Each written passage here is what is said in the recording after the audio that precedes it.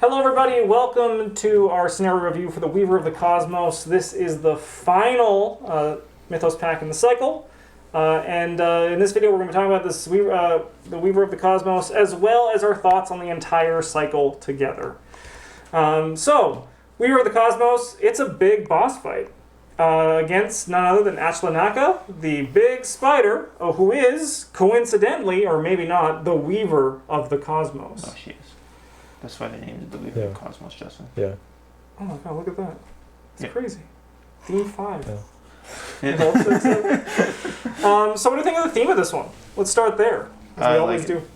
Yeah, 5. Yeah, it's really good. Yeah. It's like you fight Big Spider, and then you go, you climb across the web, you fight the Big Spider. Yeah, and sometimes you get stuck on the web and you die before you get to the big spider, but that only happened to us once. Yeah, and like the stuck on the web thing is also just like really good. Like it really feels like it. It doesn't like slow you down. No, it slows you down, but it doesn't like stop you completely. Yeah, like you can still feel try to like play you're the like, game. okay, we got this. Pretty much everything in this scenario is just like it's spider or being scared of spiders. Yeah, it's really good.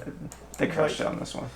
The boss fight is, it's the right kind of clunky, right? Yeah. It's not like the island deck. It's not like some of the other stuff we've complained about. Oh man, I mean, like, so on the plus side, nothing is like the island deck. Yeah. But the island deck, because if it were, I would have quit this game a long time ago.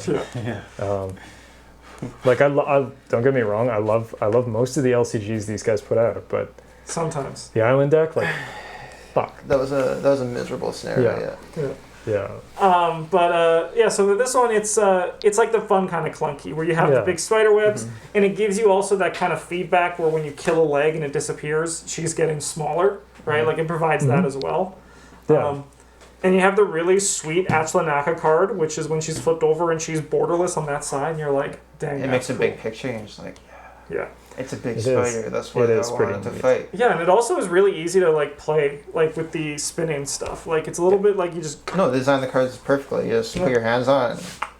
Yeah, we have less room to be able to do that. But like on a big table, it's like not even a problem at all. No, right? It's great. This is just a top tier scenario. Yeah. It's one of the really good ones, I think. Is it fun? I give it 4.5. Are you subtracting half a point? Go. It has Ancient Evils in it. I don't like Ancient Evils. Yeah. I think this one's really fun when you've completed your first go-through of it and you know what to expect a bit better. Yeah, a little bit. Because that's also going to then go into the difficulty conversation that we're about to have, but... when you know what it is, and like you just know what you need to do, it's really fun. When you know you can't dawdle and you just got to get to that boss fight ASAP. Be honest, we really should rate fun after difficulty, but maybe but we built this like 3 years ago, and it's like just like I need to do an overlay. This is like a 2016 overlay. It needs to go. Looks fine. I'm with you on 4. I'm more leaning to 4, but I'm cool with 4.5. It's really good. It's a good time. Yeah, like I really don't like Ancient Evils is a card, but I understand that it's necessary in order to create tension where you don't know how many turns you have and you can't just math it out. Like it's not just a stat check. Yeah. Yeah, the other not so fun thing that I can see with the scenario is if you're trying to chase down one set of legs and she keeps moving away from you and you're just like, you get bogged out by enemies or like the webs and you can't move, you can just never catch it. Yeah, this is also one of those that things can be a little frustrating. But I mean, like the legs are so easy to kill when you catch up with them as well, right? But I think that's a fair point. Especially at lower player counts. Yeah. Because we're coming once again with 3 people because there's 1, 2, 3 of us. Thanks, Justin. I'm just making sure.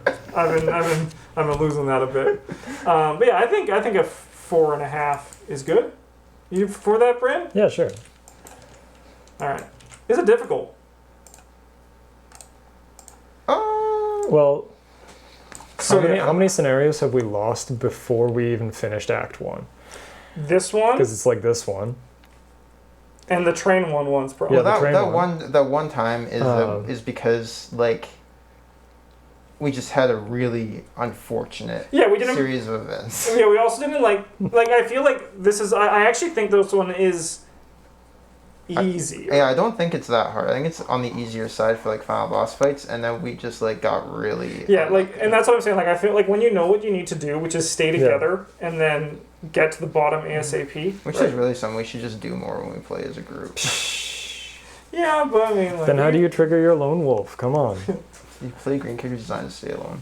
But I do think this one's easier than other ones. Like I know our decks in our last playthrough This is easier were than really the tuned, Azathoth one for but- sure. Oh yeah, I mean the Azathoth one is Yeah. still the hardest Oh, yeah. final boss. No, like I Okay. would give this one like Yeah. a 2.5. I think. Yeah, me too. I think Like it's not easy. It's not like it's not still like- a boss fight. Yeah. And there's But still it's- things that can get you, but it's like not hard. it's a boss Yeah. fight that's. I think they knowingly sacrifice difficulty for the theme and the flavor. Yeah, I think like that dumb spider who spins Doom onto his location being aloof Yeah, is like possibly the most difficult thing that you're gonna have to Yeah, make I choices agree. around. Like we did Yeah, also this cover guy. we did also get a little bit lucky with our like fighting them. Pretty much all of our locations were 1 and 2 shroud. Yeah. Whereas like there are Yeah. a bunch of the 5s and 4s that we just didn't draw. yeah. The 4s were in our first wave, but then it kind of. I mean, yeah, you don't really need the clues. Yeah, for that. like the fours wouldn't have been so bad because then like the essence of the dreams would have had 2 extra pips and it would have been like it had 2 sort of. Yeah, like we didn't have this web of dreams or web stairs one, which is like 5 shroud and then force when it's revealed put Doom on it. Yeah, we had one of that's those. the one I was on for Yeah. the majority of it. I mean, I also had lock picks, right? But I do Yeah. think, like, if you're building your decks competently, this one is easier. Oh yeah, Right? As far as final scenario goes, it's Yeah. kind of a cakewalk. Well, But- I'm going to get the legs on Yeah, here, you too. do need to have like a plan for those web spears. Like I put the taunts in my deck specifically to deal with those. Yeah. And I used it not to deal with them, but I still used one to great effect. Yeah, I agree. Yeah, the web spinners and Yeah. those dudes. And if you can just stay ahead of the Doom, I mean, like, it's very manageable. But I think it's just really fun, and you don't really care that it's not crazy difficult, right? Mhm. Like, if this was as hard as the Azathoth one, I'd be like, you wouldn't get that enjoyment out of it. Yeah. Mhm. What do you think, Bryn? Yeah, I'd give this one a 3. I think. Like I think 3 is fair. It's for harder like, than the average general Arkham. Like, we were pretty well tuned for that we've one. also played this one 3 times It's true. because we maybe got gorped one time. Yeah. And like never again. I think this one was overall like a 4.5. Yeah, I was gonna say 4.5. It's not definitely not 5. I actually think it could. I'd like it to be like a little more difficult. Mm-hmm. Should we say 4? Yeah, like even if they just had you start with 5 web things in play or something like that. But no, overall, like, this is a very good scenario. I like it. Oh boy. Oh boy. So, what did we think of this side playing without, or just the Waking side as a 4-part campaign? So we are, if I remember correctly, our thoughts were that for the Dreamer side, it wasn't worth it to just do a 4. And I think it's doubly so for this one. Yeah. Yeah, unless you're looking for something that is exactly like an in-between step of like the Gathering and Yeah. a full campaign, like you could play one of these and like throw in a like one of the side- standalones. Yeah. Have Yeah. 5. Yeah, like you lose a lot not getting to do Yeah. the second. You miss a chunk of the Anironauts thing, and then I think the second one's the other interlude's called the Black Cat. You miss all of that. Yeah, I think just not having like the Black Cat influence the 2 groups. Yeah, There's a lot loses of a lot. Yeah, like that's kind of the secret to this one is that the Black Cat is the main character. You're just there. Yeah. One of the positive things about splitting these in half, I think, is especially if you're playing it over a large period of time, the story is a lot more. It's more coherent. cohesive. Yeah. Yeah. Yeah, and like the flavor is a lot more cohesive as well. Yeah, and it's actually one of those things that because our first playthrough of the whole cycle was kind of broken Oh up yeah, by a it took pandemic. what? Yeah. Yeah. I didn't really know how I felt about the story of it, but the story of it is really good. Yeah. I think it's like a really good. I think it's when we get to talking about the whole cycle, we can go further. But I think it's a really good Yeah. cycle. Yeah. I don't like the whole having to have 2 decks together Mhm. thing, but it's manageable. Yeah, You just like if you put together a spreadsheet or even just a list. yeah. I think that does become easier. Yeah, like a you one have, a one collection. Yes. 2 at the same time. This is very hard. Yeah. If you want to not have to switch up decks. If you just want to switch up decks, not a Final problem. thoughts on this half though. Same thing as you said for the first one. Yeah, but more. Good to play if you're just looking for like a little mini campaign to play, but if you want to Good for really deck play- testing if you Yeah. want to start like Yeah. play stuff with. All right, the whole cycle as a whole. Yeah, like that. Get into the 2 deck thing. I think that it's like if you have. I think that like 1 collection, 2 decks is pretty manageable for 2 people. Mm-hmm. But if you're gonna have 3 or 4, like Yeah. you should have at least 2 collections worth of cards to do that. I suppose the like these upcoming starter decks, or I guess they're just been released. Yeah, you can just probably play 2 of those. help out a lot with that. Yeah, that makes it a lot more manageable. I do like that there's like if you only have 1 like deck building restrictions are kind of a cool thing. If you're just like I'm not going to include the cards in my deck, Mm-hmm. you're like what you do in my yellow character doesn't get to play deduction. What are we going to do for clues? Mm-hmm. Like if Dr. Milan and like magnifying glass and Yeah. stuff are taken up, who else can we play that can do that? Yeah, like run like a unified deck construction. Mm-hmm. I think that's like a cool run. Yeah, I think for us it's going to be really nice because it's going to like lend into challenges really well, right? And I think that if you're and honestly, if you're okay with like just taking cards out from deck to deck and you like, it's not a problem at all, right? Yeah. Or you use the same color sleeves or whatever. Mm-hmm. Story-wise, I was saying earlier, I really Blew like it it. out of the park. Yeah, it's very good. It's very So good. good. Yeah, like as bad as the Circle Undone is. This is like that good. Yeah. Yeah, so let's then talk about what we rate all of the cycles. Because I think to me this one is. Do you want to do a list live? Yeah, we can do a list live. Yeah, But I think we can each also like it's all personal, right? Like yeah. it's. Oh no, I'll give it a number right now. No, well. Ooh. So Knight of Zealot. Knight of the Zealot. I mean that one's to me like just 5, just perfectly. That's the average scenario. Okay. Like the average. Yeah, that's cycle. fair. This is without return twos though. Yes, of course. Yeah. Yeah. So we agree on so like 5, 5, 5. I give it like a 4. I think.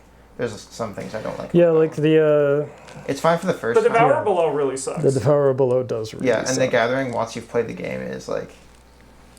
It's just. you Yeah, go through the just like motions. Midnight Masks. Yeah. Yeah. Anything to add or do you cool 5? No. Okay, Yeah. Dunwich. It's yeah. Dunwich, I think. I give Dunwich like. I think Dunwich a 7 actually. Yeah, I think 7's where I'm sitting too. It's still very Yeah. good, but there is both, to spoil my votes, both Dream Eaters and Carcosa is better than Yeah. Dunwich. I'd give Dunwich like a 6. It loses the whole point because I fucking hate the one with the spawns. Like return 2 box. Undimension? Return 2 box. Yeah, it's like a 7 and a 7 and Yeah, a yeah, half. yeah. 8 Yeah, that's easy. fair. But like that scenario and like oh fuck, what's it called? The Midnight Museum, the Katana Museum. The one the penultimate one. The Where Doom Awaits. yeah, where Doom awaits. Yeah, That one's pretty. sucks. That one's pretty. The honestly, Undimension and Doom Awaits does bring it down yeah. the 2 points. And, Also, the museum's also yeah. not great. Yeah, and again, like they're things that are fixed in the return 2 box. Yeah, I most think most the of my museum one- complaints are things that are fixed in the return 2 box. Yeah, I don't take too many points away from the museum because there's a short scenario and then you forget about it. Man, I love that one when you're playing through with new people. Like one of your new guys is playing the fighter and they're like, "All right, I'm ready," and you're like, "Okay, That's good. yeah, Yeah, don't kill this thing. don't do that though." Carcosa. This one to me is still my 10. Even though Echoes of the Past sucks, it's still my 10. Like, this is still, like, the whole thing is just so good. I give it a 9. I think there's some Yeah. slight things that could be better. Yeah, my heart says give it a 9, but if I need to have a 10 on the scale, Carcosa is it. Okay. Yeah. Yeah, I'd probably give Carcosa like a 9 or an 8.5. We'll give it a 9. You don't get fractions. Oh, okay, cool. Not today. So Travis doesn't want to do math on Forgot live Mage. TV. Got it. Amazon time. So is it better than The Gathering? Like, so it's, Yes. the whole thing. I think so. I think so too. Like, I it has to be. think its low points. You know, are like- you know what? I'm gonna put that. Can I put my first vote down to a 3, and then Forgotten Age at a 5, because its negatives outweigh its positives. Yeah, like the low points. The low points are pretty low, but The high points are very good. yeah, the high points are pretty sick. Mhm. Yeah, I'd probably give I would give it like a 6.5, but we'll give it a 7 because we're not allowed to do fractions. 7? Yeah, I sure. gave it I like a 3, my you know God. the more I play this one, the more I kind of like it. So this one's worse than the Night of the Zealot. That being said, in my current run through it, I have not yet had to play Heart of the Elders, so We'll see how that is. yeah, like my opinion might be drastically different like a week or two from now. Yeah, I give it like -1 because the Explore mechanic is miserable. At least if I'm playing Night of the Zealot, I only have to play 3 scenarios, and then I'm done with that. I can play something else. Whereas this one, I'm locked in for literally God knows how long. I do feel like they should have printed extra copies of all the treacheries that are supposed to go in. Yeah. In the deck. I feel like and just like mark them on the front, right? Like, this one's got the Explore sticker on it, so like that's where it goes. Circle Undone. This one I give like. It's my 6. Yeah, I was gonna say 6 too. Like this is noticeably better than Night of the Zealot for me. But like it's not. There's definitely some low points. I'd rather play Dunwich over it. Yeah, so, me like, too. Yeah, I would probably also give this one like a 6.5. But because like I gave the up half point to this one loses it. So you're all balanced. Yeah, like it's 6, perfect. That is perfect. And finally, the Dream Eaters. So the Dream Eaters as an 8-part campaign, I'd probably give that one like an 8.5. For so me, we'll say it's a 9. But yeah, for me it's give it a 9. Okay. It's between. It's like 8.5 would be perfect because it's between an 8 and 9. But I really don't enjoy the other half, and I feel like I'm optimistic that Innsmouth is going to fall into my 9, and then if it's not my 9, it's going to be my 8. So give me an 8 for this one. Okay, what'd you get, Brian? I would probably give this one like a 9. As the split campaigns, though, I'd give them like probably like a 7 and a 6. I also give this one a 9. Well, like we were saying, you should play it as a whole. So yeah, put me up to 9 as well. I think it is very good. It's so this is as good as Carcosa is for me. Like looking back, thinking about the scenarios, I'm not like there's no like glaring scenarios that I don't want to play. There's nothing that I hate. The flavor is just absolutely knocks it out of the park. And there's very few like mechanics or anything like that are very frustrating. There's like the shuffle to see a pitch thing, but like and then the stairs, but it's a small part of the scenario. It's not, and it's very rare that you actually get like screwed on them. Yeah, it's not like the Explore deck, Yeah. which is like there throughout the whole thing. So from the bottom up, we got Nedizel with 11 points. It's trash. Eat it, losers. Yeah, like for those of you at home, this is how we do our group list videos too. Yeah. So you get some insight.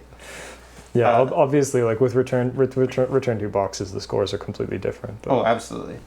Forgotten Age is in 5th with 15 points. Mostly thanks to me. I mean, like, no, it still would have gotten. I would have had to give it at least a 6 for it to tie up the Circle Undone. Honestly, the way it's going to order out is exactly what I was expecting it to order out as. Yeah. Circle Undone with 18 points. Then we got Dunwich with 20 points. Yeah, I think that's very reasonable. Dream Eaters with 27. And Carcosa with 10. With 10? I mean, 28. You gave it a 10. I was thinking, like, the only difference is that Justin gave it a 10. Yeah. So. I mean, it is my 10, right? Like, I honestly, like, they're so close, Dream Eaters and Carcosa. Mm-hmm. And the actual jump between the third best one, I think, is noticeable. Yeah, like, the reason I gave Carcosa the 9 over the 10 is, like, just because there are a few things. Actually, like, I give Dream Eaters, like, a 9.5 to or, like, half point over Carcosa, just in general. Because, like, Carcosa does have, like, 1 or 2 parts of it that I'm kind of like, that's not good design or whatever. Mm-hmm. And they do fix those in Return 2. Mm-hmm. But I didn't notice anything like that in the Dream Eaters. That might be because I want to play it twice. Yeah. We have a lot more time. But I think it's obvious what the 2 best ones are for this play group. Yeah. Those 2. Yeah. I think that's a general... Circle Undone and might rate a bit higher from some other people, but... Yeah, there's a lot. I don't know why I don't like Circle Undone. It had so much build up that didn't do anything. Yeah, I don't like Circle Undone because they never force you into one of the extremes, and if you've taken the middle path, you kind of just miss everything. Yeah, like it's. I don't like it for one of the reasons I don't like the Forgotten Age is because like a lot of the scenarios just feel the same. Mm-hmm. There's a couple scenarios where you're just like, oh, it's ghosts again. Cool. Yeah. Yeah. It's the jungle ghosts. again. Okay. It also has one of my least favorite. I hate the Clutches of Chaos. I hate that scenario. I barely remember that one. That's the one Pandemic when you're not playing Arkham. Yeah, you're not playing Arkham anymore. Yeah. You're playing a different game. And it's a game you're probably going to lose. Yeah, we've never had a good one on that one. But yeah, we'll see you guys soon. What are your favorite scenarios? We're probably honestly, like, once we do our run-throughs of Innsmouth, we'll be able to have, like, a big video talking about the scenarios as well. I'm very excited for some new content, though. Ooh, boy. We have all kinds of new content to play. No, but I mean, like a whole new cycle. Like that's. Oh yeah. That's the most exciting That's part not for for me. like 2 more months. Yeah, but that's. We still have like our Return to Forgotten Age to play. We still got the Blob that ate everything to play. The returns to they're fun, but they're not as juicy as the feeling of starting a whole new cycle of investigators and like Sitting down and knowing you're then the shirtless dudes say, "We challenge you in the circle of fire," and you're like, "I'm ready for this.